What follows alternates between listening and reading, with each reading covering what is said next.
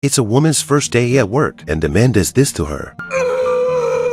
When he gets tired of yelling, Will pointed out sarcastically again, "Your skirt is ripped." This made Lou feel very embarrassed. Lou is a novice caregiver. Will is a rich kid who is paralyzed from the head down. He had already pissed off for caregivers in this way, so he plays the fool again to scare Lou off and drive her away. But this time, he meets a different woman. Lou wasn't pissed off at him because her father was unemployed. Her mother was a stay-at-home mom taking care of her grandfather. Her sister had a baby out of wedlock and left her to them while she went off to college. The family's livelihood depends on Lou's job, although fate is a bit unfair. But Lou, who is naturally optimistic, never complains. She always tried her best to carry the responsibility of the family. So in the face of Will's difficulties, Lou would not back down and give up at all. And so began a sparring match between a novice caregiver and a difficult patient. Although Lou was ready to accept Will's challenges, but when she heard Will warn her not to hang around and talk in front of him, Lou still felt a bit lost. So she stays in the kitchen to watch Will's files and wait for her assignment.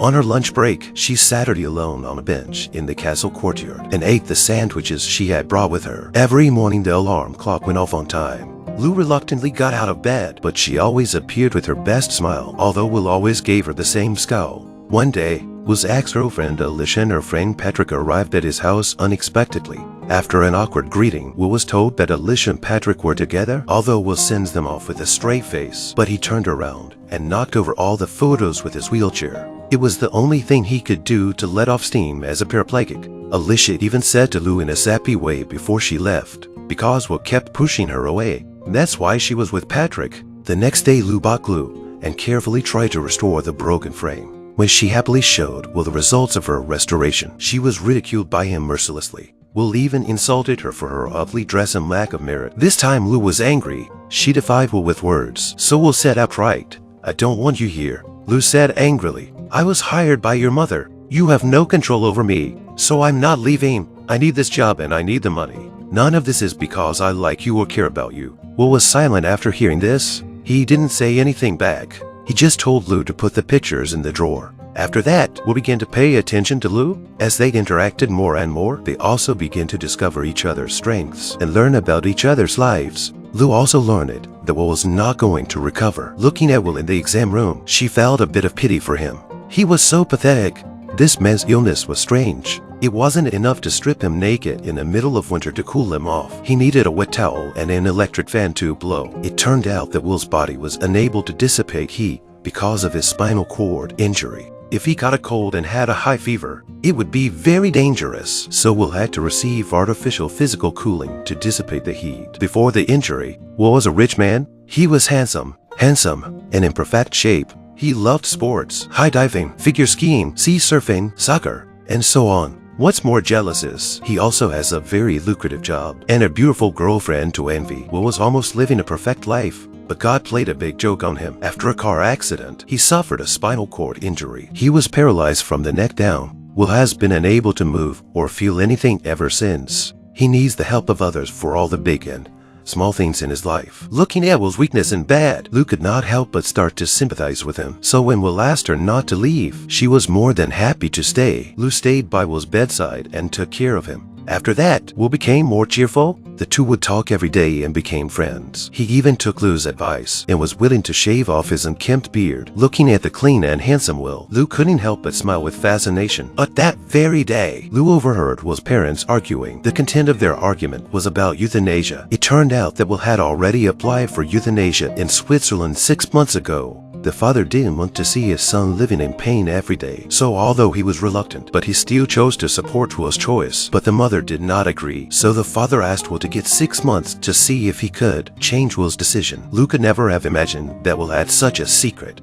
That day after work, Will said goodbye to her loudly. Lou didn't respond. Disappointed, she found her sister and said she couldn't accept going back to work. But her sister said that if that was Will's wish, then you should respect him. You can use this last time to show him how good life is. Maybe Will will change his mind. And Lou was motivated. She immediately went to the books to understand and learn how people live with disabilities. Lou designed a travel itinerary. She took Will to a horse race. They went to a concert. Lou, dressed in a red dress, arrives at the concert with Will. When Will felt discomfort in the back of his neck, Lou didn't care about other people's eyes and used her mouth to help Will tear off the tech in public. Will saw Lou next to him, constantly happy and sad with the mood of the music. Will seems to have a different feeling for her. After the concert, they returned home by car. Will said to Lou that he wanted to sit for a while longer. He wanted to be the man who went to the concert with the woman in the red dress. As time passed by, the two of them became more and more affectionate. Will even made a rare visit to Lou's house and attended her birthday party. Will found the bumblebee pantyhose that Lou wanted so much and gave it to her as a birthday present. This made Lou so happy that she jumped up and down. Shortly afterwards, Will also arranged a job for Lou's father so Lou could do what she wanted to do without any pressure to pursue her dreams. His ex-girlfriend got married. The groom was his best friend. Will invited Lou to go to his ex-girlfriend's wedding with him. Will sat in his wheelchair and watched Alicia in her wedding dress walk to his best friend. Will tried to restrain his emotions. Not a word was said, but the irony is that right there at the wedding, the godmother of the bride said to Lou, "The bride has made a mistake." Will was the only one in the group of playboys who was worthy of a lifelong commitment. She looked at Will in the wheelchair and felt sorry for him. Lou also looked at Will with sympathy after hearing this. At the same time, Alicia went over to talk to Will. He tried to act natural, but the reality of the situation is still saddening. The groom of the wedding was supposed to be Will, but the damn car accident changed everything. Good thing Will had Lou with him. Lou got to sit on Will's lap and let him drive the wheelchair around the dance floor. And sure enough, everyone in the audience was stunned.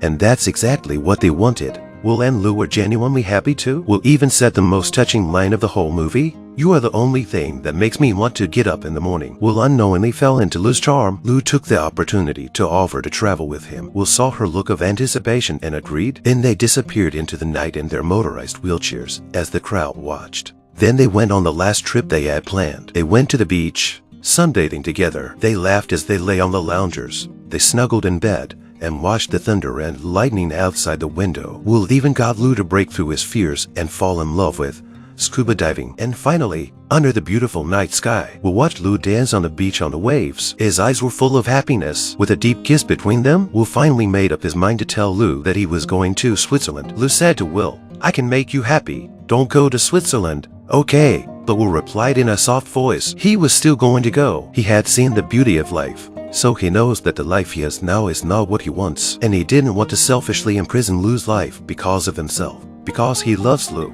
so he wants to give her freedom. Lou can't miss out on other men who are good for her because of him. Lou cried and asked Will to live for her. And Will held back his sadness and reluctance and said he needed to end his life at this happiest moment. He didn't want any more pain or exhaustion. Will asked Lou to go to Switzerland with him and accompany him on the last journey of his life. A heartbroken Lou couldn't watch her lover die. It was all too cruel for her. She cried and left. She didn't look back, no matter how much Will called her. Then they ended the trip. Lou never spoke to Will again the whole way. When she got home, Lou was crying. Her mother cried out that this was outrageous. "You can't let a patient make that choice. It's no different than murder." Lou didn't say a word. She spent a few days in a daze until her father came to her and said, "You haven't failed. You just can't change a man who has already made up his mind. The best gift you can give him is not the hope of life. It's your love." Lou was suddenly enlightened. When she learned that Will had left for Switzerland, she decided to go there alone by car. Lou saw her one last time. She smiled and Will smiled back. Lou opened the window. Then she leaned against Will's chest and felt his body heat. With Lou by her side, Will passed away. Sometime later, Lou went to a cafe in Paris. It was Will's favorite place before he died. Because of a love and sharing, Will's life was extended because he really loved you. So you have true freedom. Life is short. Your life is your choice.